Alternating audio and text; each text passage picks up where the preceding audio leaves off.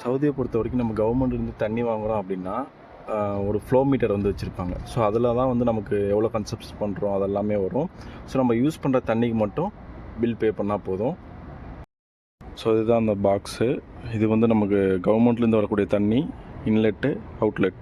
இது வந்து என்னோடய ரூமுக்கு போகிறது கீழே ஒரு டேங்க் இருக்கும். ஸோ அதிலேருந்து நம்ம பம்ப் பண்ணி மேலே எடுத்துக்கணும்.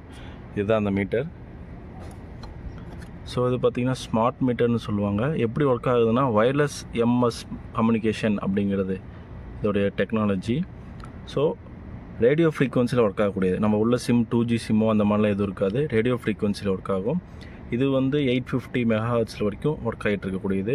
கியூபிக் மீட்டரில் லிட்டரை வந்து தண்ணியை மெஷர் பண்ணணும்.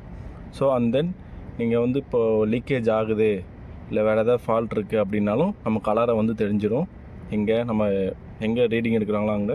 அண்ட் தென் ரீடிங் வந்து எந்த டைம் வேணுங்கிறத அவங்க செட் பண்ணிடுவாங்க. டெய்லி வேணுமா இல்லை மந்த்லி வேணுமா இல்லை இயர்லி வேணுமா அப்படிங்கிறத நம்ம செட் பண்ணிக்கலாம். ஸோ இது வந்து ரேடியோ ஃப்ரீக்வன்சினால் ஒர்க் ஆகக்கூடிய மீட்டர். இது ஃப்ளோ மீட்டர். பில்லும் இதிலேருந்து தான் ஜென்ரேட் ஆகும். ஸோ இந்த மாதிரி வீடியோஸ்க்கு மறக்காமல் என்ன ஃபாலோ பண்ணிக்கோங்க. தேங்க்யூ.